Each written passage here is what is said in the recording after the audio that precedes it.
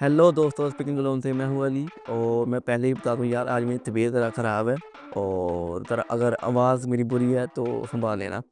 तो आज हमारी जो मेन वीडियो है वो इसके ऊपर है कि अभी जेम्स गन की जो नेक्स्ट मूवी है डीसीयू के अंदर, सुपरगर्ल, उसका टीज़र ट्रेलर आ चुका है, जिसको देख के मुझे तो काफ़ी अच्छा लगा। मूवी के अंदर मिली एल्कोक हैं जो कि सुपरगर्ल का रोल प्ले कर रही हैं अपनी कारा का। इसके अलावा मूवी जो है वो 26 जून अगले साल आएगी 2026 के अंदर। और साथ में मूवी बेस होगी comic books Supergirl woman of tomorrow के ऊपर। सो बहुत ही चीज़ें हैं इसके अंदर जो ट्रेलर के ऊपर अच्छे से बात करते हैं।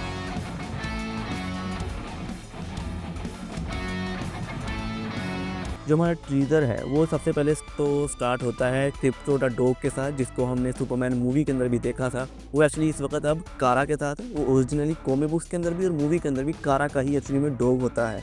तो वो होता है वहाँ पर हम देखते हैं कि जो कारा है उसकी जो पूरी शिप है वो बहुत ज़्यादा मैसी है, बहुत ज़्यादा कूड़ा वगैरह में पड़ा हुआ है। और वहाँ पर हम एक न्यूज़पेपर भी देखते हैं डेली प्लेनेट का, और उसके अंदर हम सुपरमैन को देखते हैं जिसने कोई न्यूक्लियर ब्लास्ट वगैरह हो रहा होगा उसको रोक लिया। साइड पे हम एक और न्यूज़ पढ़ते हैं, वहाँ पर लिखा होता है जो सुपरगर्ल है उसने बिल्लियों को बचाया। वही टिपिकल जेम्स गन थिंग के सुपरमैन ने गैलेरी को बचाया।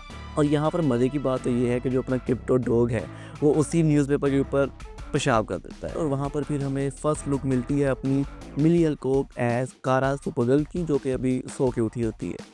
इसके बाद फिर हम काफ़ी इंटरेस्टिंग एक शॉट देखते हैं जहाँ पर जो अपनी मिली एल्कोक की सुपरगर्ल है वो एक बस स्टेशन पर बैठी होती है और वहाँ पर वो किसी स्पेसशिप का इंतज़ार कर रही होती है। और प्रोबेबली आई थिंक ये अभी अर्थ का ही सीन है कि वो अभी यहाँ से किसी शिप पे अंदर बैठ के किसी दूसरे प्लैनेट में जाएगी। इसके बाद नेक्स्ट सीन के अंदर हम देखते हैं जो अपनी मिली एल्कोक की सुपरगर्ल है वो एक्चुअली में एक क्लब के अंदर मौजूद है और वहाँ पर वो शराब वगैरह पी रही है और सारा इसका चल रहा है। तो एक्चुअली में जो कॉमिक बुक है वुमन टुमारो उसके अंदर भी बिल्कुल ऐसे ही हुआ था। एक्चुअली में सीन ऐसे है कि जब क्रिप्टोनियन तबाह हो रहा था और वहाँ पर जो सुपरमैन को एक कैप्सूल के अंदर भेजा गया था उसके साथ जो सुपरगर्ल की कैरेक्टर है उसको भी भेजा गया था अर्थ के ऊपर।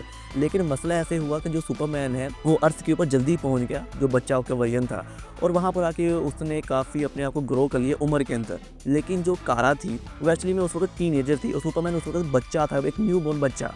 तो जो कारा है वो जब अर्थ के ऊपर आती है पहुंचती है तब भी वो एक टीनेजर रहती है जितनी जैसी वो क्रिप्टोनियन पे थी। लेकिन जो अपना सुपरमैन है वो टाइम के अंदर काफ़ी ज़्यादा भर चुका होता है। एक्चुअली में उसका जो स्पेसशिप वगैरह होता है कारा का वो काफ़ी देर से अर्थ के ऊपर पहुंचता है, जिसकी वजह से उसकी जो उम्र होती है सुपरमैन से वो छोटी रह जाती है। सुपरमैन एक प्रॉपर अडल्ट तकरीबन 24-25 साल का बंदा बन चुका है, जैसे हमने मूवी के अंदर देखा और हमें सारा पता है। तो इसकी वजह से जो सुपरगर्ल है वो काफ़ी डीमोटिवेट होती है कि उसकी ज़िंदगी का एक वाहिद मकसद था कि वो अर्थ के ऊपर आएगी और सुपरमैन को परवरिश करेगी।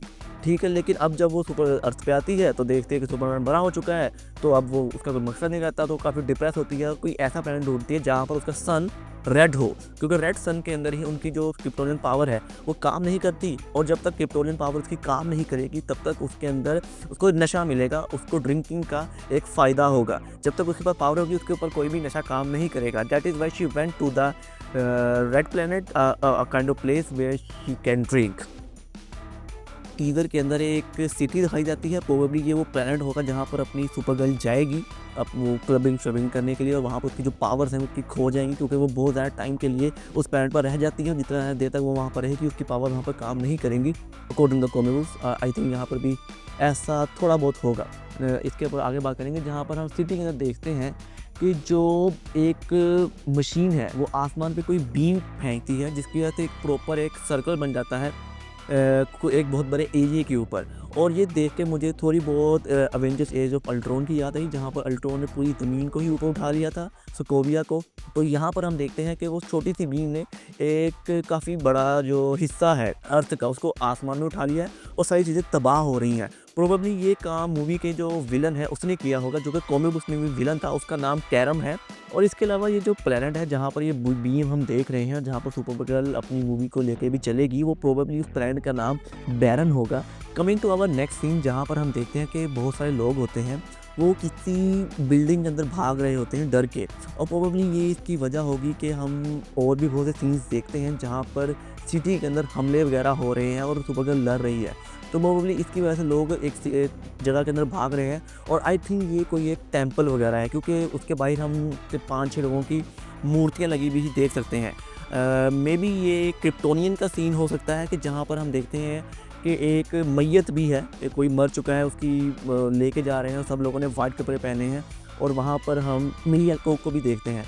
तो ये या तो बेटन हो सकता है कि जिस प्लैनेट पे सुपरगर्ल की जो मूवी है वो चलेगी, या फिर ये क्रिप्टोनियन हो सकता है कि जहाँ पर हमें पास्ट स्टोरी दिखाई जाए कारा की। उसके अलावा ये जो लड़की आप अभी स्क्रीन के ऊपर देख रहे हैं, इसका नाम रूथी है और ये कॉमिक बुक के अंदर भी मौजूद होती है। और एक्चुअली में जो ये प्लैनेट है बेटन, यहाँ पर सुपरगर्ल और रूथी दोनों मिल के ही सर्वाइव करते हैं। और एक और बात मज़े की ये है, जो रूथी है उसके फादर को एक्चुअली में जो कॉमिक बुक का विलन है कैरम, उसने ही मरवाया होता है, प्रोबेबली असासिन्स की वजह से भी खुद मारा होता है। और अब उसके बाद जब हम पूरा टीज़र देख रहे हैं, वहाँ पर मुख्तलिफ जगह पर कारा के ऊपर और रूथी के ऊपर लोग हमले कर रहे हैं।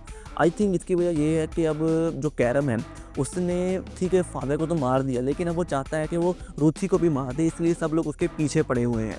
इसके बाद हम एक शॉट देखते हैं काफ़ी अच्छा सा, जिसके अंदर अपनी जो सुपर गर्ल है वो पहली बार हम पूरे टीज़र में देखते हैं कि उड़ के हवा में जा रही होती है। And it was very beautiful scene कि वो अर्थ के डायमीटर से बाहर जा रही होती है। इसके अलावा एक और सीन आता है जहाँ पर वो काफ़ी गुस्से में चल के जा रही होती है। So something has triggered her probably.